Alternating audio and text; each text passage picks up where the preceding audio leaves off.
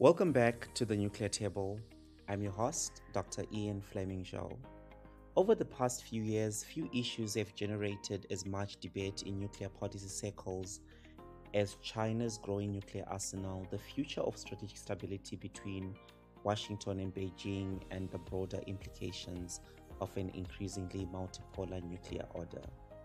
At the same time, recent developments on the Korean Peninsula, China's evolving relationship with North Korea, and questions surrounding arms control and deterrence continue to shape the security landscape in Asia and beyond. To help unpack these issues, I'm joined today by Dr. Tong Zhao, Senior Fellow in the Nuclear Policy Program at Carnegie, where his work focuses on nuclear weapons policy, deterrence, arms control, non-proliferation, missile defense, regional security in the East Asia Pacific, and China's broader security and foreign policy. In this conversation, we discuss China's approach to North Korea, Beijing's changing nuclear posture, strategic stability, missile defense, arms control prospects, and what both Washington and Beijing may be misunderstanding about one another. Dr. Zhao, welcome to the Nuclear Table. Thank you so much for inviting me. Before we get into US China strategic stability, I would like to start with North Korea. President Xi's recent engagements with Pyongyang has renewed discussions about China's role on the Korean peninsula. At the same time, you have argued that Beijing's thinking on North Korea has evolved in important ways over the past few years. How would you characterize China's current approach to North Korea and its nuclear program? But looks like after trying to stick to the goal of a nuclear-free Korean Peninsula for many years, Beijing eventually decided that it would be very hard to achieve major breakthrough on the issue of denuclearization. So since around May 2024, we have seen China uh, reducing and eventually eliminating the use of the term denuclearization of the Korean Peninsula from its official documents and official statements.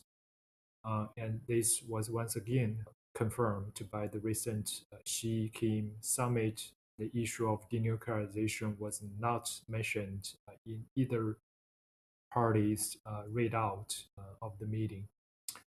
So looks like China now tries to prioritize improving bilateral relations with North Korea over the long-term issue of nuclear non-proliferation.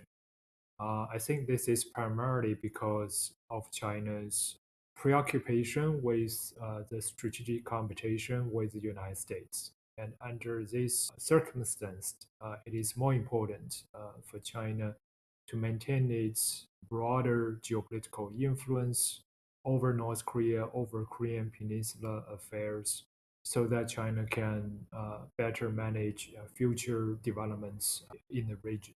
So I think that's the main purpose of this visit, which is to downplay the importance of denuclearization, but to further improve and strengthen bilateral relations. So, would you say China has effectively moved away from seeing denuclearization as an achievable near term objective and toward managing nuclear risk and stability instead? As you said, I think it is fair to say that China has downgraded the importance of denuclearization as a near-term goal. Um, and it has probably maintained the goal as a long-term objective, as the spokespeople from the foreign ministry often insist that China's position has not changed. I think that can be understood primarily from the long-term perspective. Of course, China still wants to see a nuclear-free Korean Peninsula, but it is not making it its near-term priority. In fact, by refraining from mentioning the goal of denuclearization has already undercut China's capability to impose real pressure on North Korea on the issue of nuclear weapons.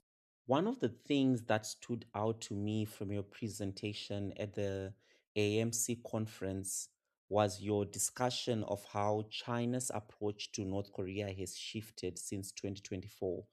The United States still appears committed, at least rhetorically, to complete denuclearization. Given those constraints, can Beijing realistically help encourage a more pragmatic arms control approach, or are there simply too many political barriers in Washington for that to happen? The U.S. position may also be evolving. It is uncertain whether U.S. still insists, the goal of denuclearization in terms of near-term achievements. Um, in the long run, of course, the U.S. still wants to see denuclearization. The U.S. readout from the Trump-Xi summit also mentioned that both leaders agreed on the goal of denuclearization. But there is so much debate within Washington about what is practical for the near term. There are many voices that support shifting the near term focus towards more realistic objectives, such as capping or limiting the future growth of North Korean nuclear arsenal, making North Korea stop flight testing its ICBMs or long range missiles. Many people talk about the importance of risk reduction measures with North Korea. So it's hard to tell where U.S. position will develop. And for China, I don't see China putting real pressure on North Korea. And the reason China North Korea relationship went through a period of cool down until a couple of years ago was because China was putting pressure on North Korea on the nuclear issue. And now China wanted to prioritize bilateral relations. So it has less interest in sticking its neck out on behalf of the United States to constrain North Korea's nuclear program. That said, I think there is still shared interest between US and China in seeing self-restraint from North Korea. North Korea's fast nuclear development creates a real headache for both Washington and Beijing, and Beijing is particularly worried that US allies in the region, South Korea and Japan, could have stronger incentive to strengthen security relations with Washington because of North Korea's growing nuclear arsenal. And there's also increasing internal debate in both Seoul and Tokyo about potentially pursuing indigenous strategic deterrent capabilities. So all of those are making China worried.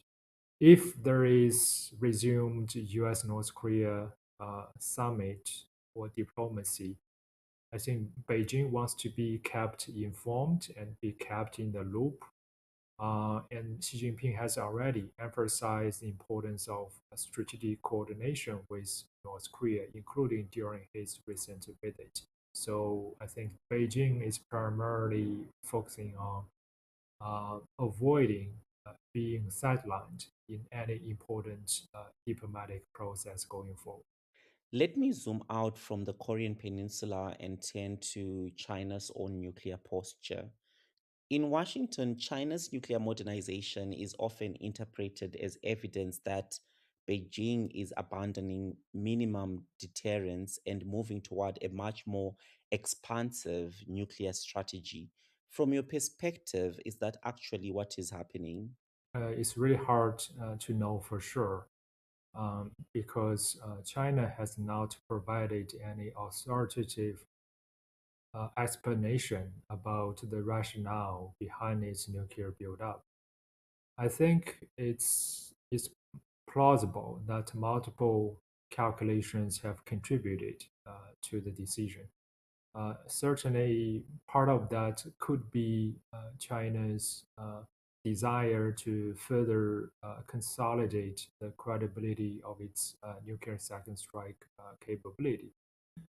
Even though now we know that perhaps the decision to build up nuclear arsenal was already made as early as 2015 or 2016, if not earlier. And at that time, there was no perceived increasing American nuclear threat toward China. So it's a little uncertain how much the concern about, a genuine and reasonable concern about China's second strike capability was driving its nuclear buildup. Um, it's also possible that Xi Jinping has attached particular significance to the role of nuclear weapons. He seems to believe that as China catches up with the United States, China will face an increasingly hostile security environment, and China would face growing containment from the United States. So it was particularly important from his perspective to demonstrate China's strategic capability in order to convince Washington that Beijing has already risen and has already become a peer power with the United States, so that U.S. has to accept the reality and give up on its attempt to contain China. Um, so he may be looking at nuclear weapons from this broader geopolitical perspective.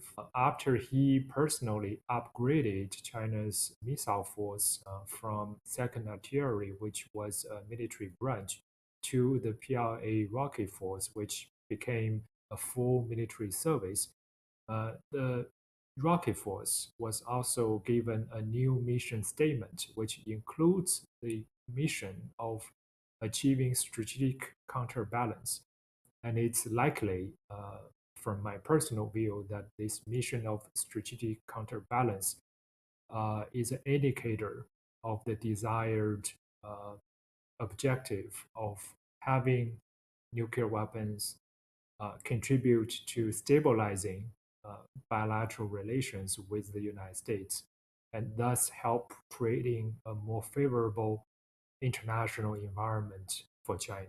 And at the military level, some people think Xi Jinping's interest in unifying Taiwan is another potential driver. I would agree that's part of the consideration, because China is now preparing for a potential comprehensive military confrontation with the United States, and a strong and credible nuclear deterrence is the ultimate guarantee that a major war with China could cause intolerable pain on the American society. So that might contribute to deterring U.S. military intervention in the first place. And when China uh, conducts more nuanced military planning in a regional conflict, it has to prepare for the scenario of limited nuclear use by enemies. And this is an area of traditional vulnerability in China's nuclear capability and doctrine. So Chinese efforts to strengthen and diversify its theater range nuclear capabilities could be aimed at giving China the capability to respond in kind to limited nuclear attack, and that could enhance China's capacity to manage nuclear escalation. So all of these, I think, have influenced China's military thinking. Before we move on, I want to stay with the drivers of China's buildup for a moment. What do American analysts most often misunderstand about the factors driving China's nuclear expansion? It's hard to judge which understanding is a misunderstanding because we don't know the real answer. Hopefully, China could give us more authoritative answer to those questions. But I think the Western research community, especially American military policy research community, tend to emphasize the importance of military incentives behind the nuclear buildup. But based on my personal research, I think Xi Jinping's uh, belief in the broader geopolitical coercive leverage of a larger nuclear arsenal is a very important driver in the change in China's nuclear policy. I'm more skeptical than many American researchers about whether the Chinese military is shifting towards a more aggressive nuclear employment policy, such as to potentially shift towards a nuclear first use doctrine. I haven't seen credible signs of the military developing greater reliance on nuclear first use options. And I still believe that the PLA is very confident in its conventional capability and believing the time is on China's side to achieve even greater conventional advantage. And therefore, there is declining need for the PLA to rely on nuclear uh, escalation uh, to save a conventional defeat because it doesn't see itself as likely to face a conventional defeat. So I think these are important perception gaps between the two militaries, the American military and the Chinese military, and that contributes to their different interpretations of why China may be expanding its arsenal. One of the recurring themes in your work is that Chinese officials often view strategic stability through the lens of vulnerability rather than parity. Can you explain how Beijing understands strategic stability and why that understanding differs from the way the concept is often discussed in Washington?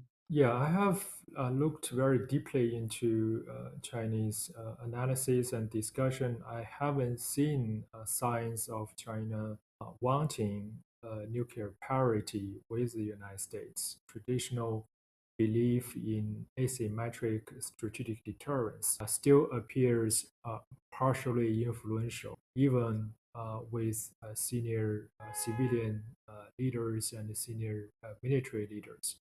Um, and so I think that's another important perception gap between the two sides.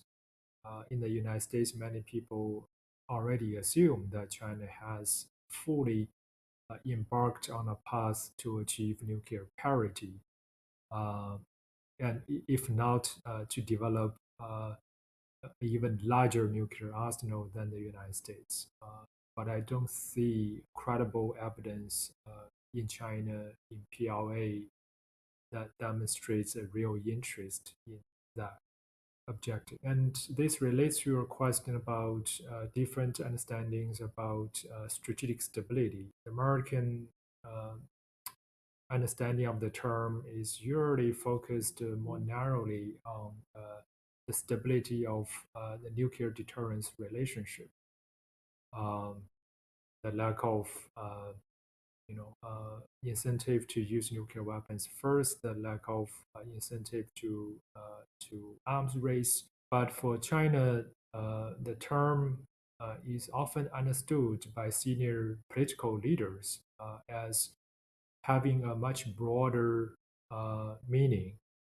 It is usually understood as um, referencing stability of the overall bilateral relationship. That includes, of course, a stable nuclear deterrence and a stable meal-to-meal relationship, but it also includes many other elements, including the overall political relationship, geoeconomic relationship, trade, and people-to-people relations, etc. So it describes the overall stability of the bilateral relationship.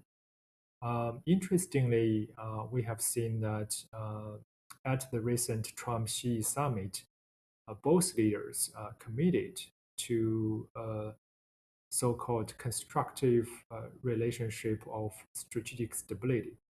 And in doing so, it looks like U.S. president is now willing to use the broader definition of the term strategic stability.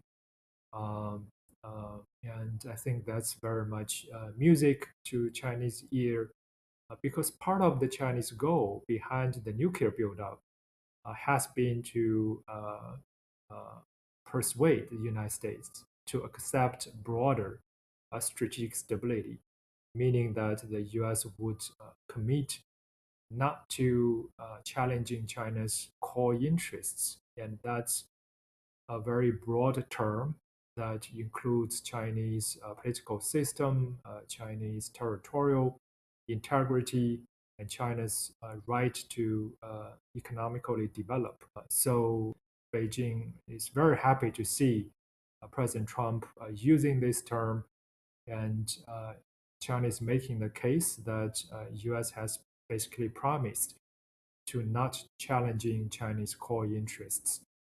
So that's a very interesting development in both bilateral nuclear and overall relationship. Earlier, you touched on missile defense, which has long been one of the most contentious issues in the US China nuclear relationship. Many American policymakers see missile defense as inherently defensive, yet Beijing often views it very differently. Why does missile defense occupy such a central place in Chinese nuclear thinking? Well, traditionally, China worries that U.S. homeland missile defense could somehow undermine China's nuclear second strike capability. In China's thinking, China needs to prepare for a comprehensive disarming strike from the United States, and only a very small portion of China's nuclear forces would survive such a comprehensive disarming strike. And for China's nuclear deterrence to be credible, then these survived Chinese nuclear weapons need to penetrate U.S. homeland missile defense and then be able to deliver sufficient destruction on the United States to cause unacceptable damage. So if you use the worst case scenario to calculate the credibility of China's nuclear deterrence, assuming a comprehensive disarming strike at the beginning and a very capable homeland missile defense to intercept survived Chinese nuclear weapons, then yes, maybe U.S. missile defense could pose some threat. I think China has been trying to develop a wide range of countermeasures over the past decades to address such perceived threats. China has developed MIRVing capability, meaning that one missile can launch multiple warheads, and giving China the capacity to overwhelm U.S. missile defense. China has also developed more diverse nuclear capabilities, so it can launch nuclear attack from different directions against the United States. The most recently discussed capability is the so-called fractional orbital bombardment system. It's basically a long-range ICBM system, potentially deployed in the DF5 silos in central China. So they could launch warheads into orbit um, and then overfly the South Pole and then deorbit and attack U.S. homeland from the south direction. Again, the current U.S. missile defense system is mostly focused on threats from the north. So China has been diversifying its capabilities. Its submarine-launched ballistic missiles could potentially launch missiles towards U.S. homeland from non-traditional directions. China is known for developing very advanced countermeasures against missile defenses, decoys, and China is very advanced in developing boost glider technologies, the type of reentry vehicle that are more maneuverable than traditional reentry vehicles and have better chance to penetrate missile defense. So it's a debate about since these increasingly advanced capabilities to penetrate a limited U.S. homeland missile defense, how much real need China has to further expand its overall nuclear arsenal to counter the impact of missile defense. The U.S. has declared the program to develop uh, the Golden Dome missile defense system, even though in reality, Golden Dome is far from being able to intercept hundreds of ICBM from Russia or China. The declaratory policy from the Trump administration is obviously overstating the mission and future capability of U.S. Missile defense. It gives people the impression that Golden Dome is aiming at completely neutralizing any missile attack from even Russia and China, let alone North Korea or Iran. So that gives Beijing a very useful reason not to engage in any arms control talks. So missile defense, therefore, becomes a very significant political obstacle for goodwill nuclear arms control talks. We have spoken about force structure and strategic modernization, but I also want to touch on doctrine. China continues to publicly maintain its no first use policy while simultaneously expanding and diversifying its nuclear arsenal. Do you see a growing gap between China's declaratory policy and the operational realities of its nuclear forces? Well, I think China genuinely believes that it is trying to stay true to its long-standing declaratory policy of no first use. The principle was established by China's first generation of paramount leaders, so it has had very long influence in China's nuclear policy community. But I think it is also true that other countries have reasonable skepticism about the credibility of China's declaratory policy of no first use. At the end of the day, even if China made a sincere promise in peacetime, it would become a different matter when China gets involved in an ugly and painful war, when its own national survival is at stake. It's really hard to make others believe that when the stake is so high, when the pain is so strong, one would never resort to the last possible way to save its survival. So, for that reason, it is inherently challenging to make a no first use policy credible. And also, China's no first use policy includes a few other points of weakness. For example, China doesn't promise a no threat of nuclear first use. It only promises no actual nuclear first use. This actually leaves space open for China to threaten nuclear first use in a conventional war. And from the PLA's perspective, as long as China does not eventually employ nuclear weapons, simply threatening nuclear first use wouldn't violate no first use. And it's also interesting if we contrast this declaratory policy to other Chinese policies. For example, regarding chemical or biological weapons, the Chinese position is China will not use or threaten the use of such weapons.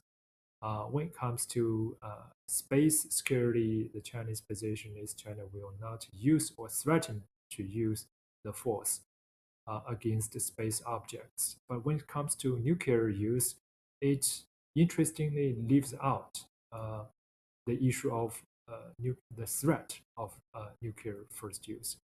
So I think that's a loophole that China can, help narrow, if not close, in order to strengthen international confidence in China's no first use.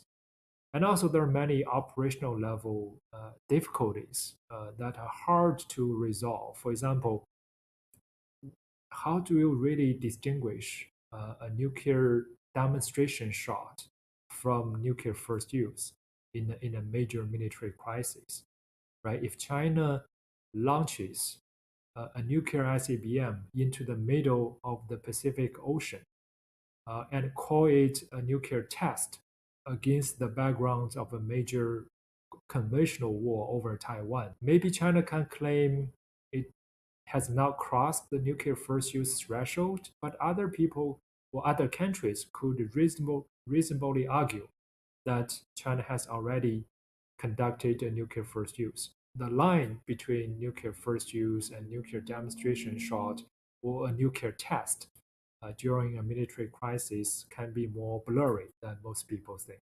And eventually, I think the real issue is how do you align a country's declaratory policy to its force structure, right?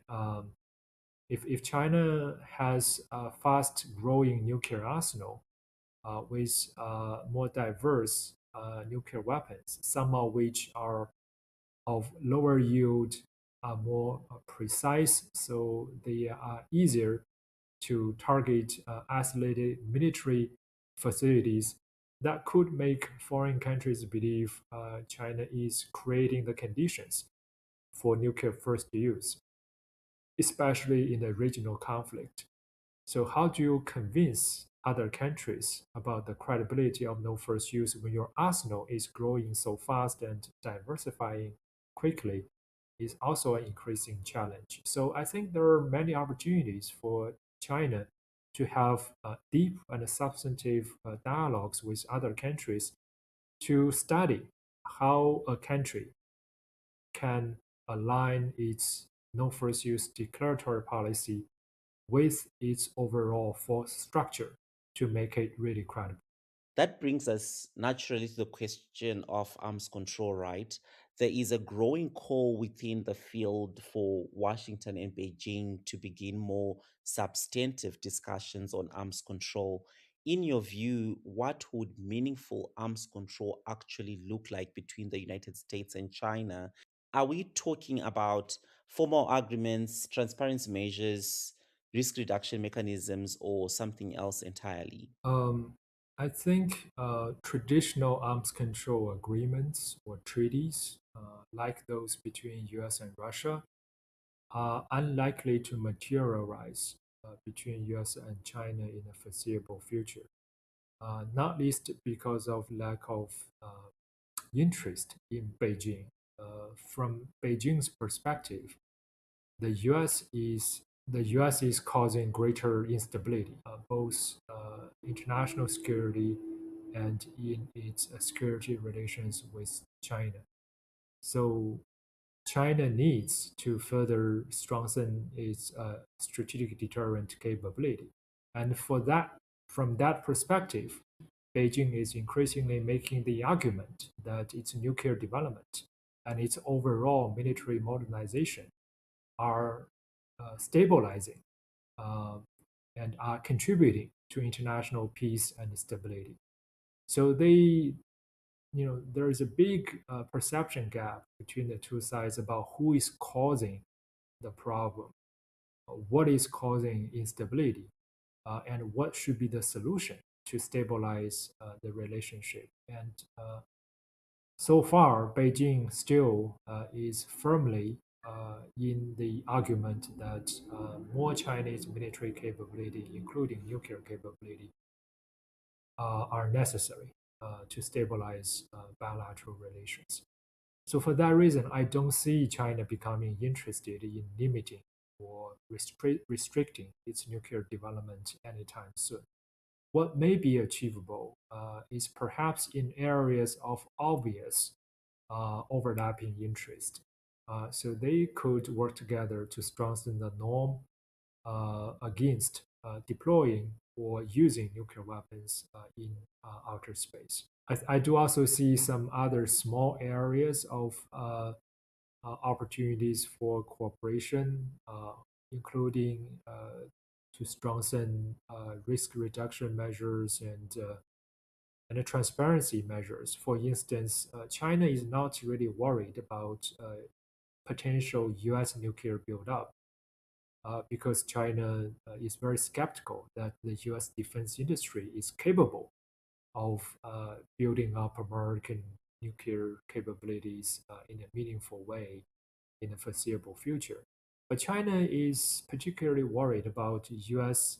potential forward deployment of American nuclear weapons to Western Pacific. In that regard, there may be space for some mutual transparency. The U.S. could share more information about its thinking, its nuclear cooperation with Japan and South Korea, uh, including any plan to arrange nuclear sharing type of agreement with these regional allies in return for China to provide transparency over its deployment of theater range nuclear systems near its eastern coast. Those Chinese theater range nuclear weapons could put American regional targets in within the range of strike. Um, so both sides are worried about the other's theater or tactical nuclear capabilities, especially on the part of China. Its theater range nuclear systems, such as its DF-26 missiles, are conventional nuclear deal capable, right? So more transparency on China about what portion of these dual capable missiles are actually assigned a nuclear role could help um, uh, reduce the risk of U.S. overestimating the Chinese theater nuclear capabilities. So that's that can help reduce misunderstandings and unnecessary threat perceptions. Uh, Even further step is for the two sides to consider reciprocal self-restraint in the deployment of theater range nuclear systems that can directly threaten each other. I do see a potential need for a crisis communication mechanism that does not require China to pick up the phone during a crisis, right? If there can be an automatic, real-time, one-way communication method to transfer information or message in a crisis without the requirement for the other side to immediately reply or respond, I think that will suit better because of China's unique civil military relationship in the sense that Chinese military officials don't always have the freedom to immediately pick up the phone and to respond to American inquiries and provide information or response without explicit authorization and blessing from the political leadership. Right. So some type of automatic communication system like the National Nuclear Risk Reduction Center uh, that has worked between US and Russia would make sense because under this mechanism, the US can transfer its messages or information directly to China, and China can simply receive the message without having to provide any immediate response. This was actually one of the most interesting parts of our conversation for me. A few years ago, during a roundtable with policymakers in Washington, I came away with the impression that the United States was the side least interested in discussing arms control with China. So it's fascinating to hear the argument that Beijing itself may have limited interest in pursuing traditional arms control arrangements. That really challenges some of the assumptions many of us carry into these debates. Looking across recent conflicts from Ukraine to North Korea and now Iran, what lessons do you think Chinese strategists are drawing about deterrence, vulnerability, and the value of nuclear capabilities? It's a very hard question because the situation is constantly evolving. So the Chinese reflection on these issues are also changing over time. On Ukraine, for example, China used to believe that a conflict between a much weaker party and a much stronger party, the result of that conflict would eventually be determined by the relative balance of power between the two nations. So China has had a relatively strong confidence that despite the challenges at the operational level, eventually Russia would prevail, simply because of Russia's much greater resources and comprehensive national power. But the recent trend is kind of challenging this conclusion, and Ukraine manages to reverse the situation on the battlefield in recent weeks and days. So I think Chinese strategists are constantly evaluating the military deterrence and strategic lessons it is learning. The same can be said about Iran and North Korea. In the latter case, whether China can accept a nuclear capable country um, with which it has a tricky relationship, whether China can really manage the consequences of a nuclear North Korea. The Chinese thinking is evolving all the time. Um, so I hesitate to give definitive answers. I think it's necessary for all of us, for international observers and analysts, to closely monitor the situation. And a part of that is to make sure we understand and develop nuanced understanding of Chinese thinking and perception.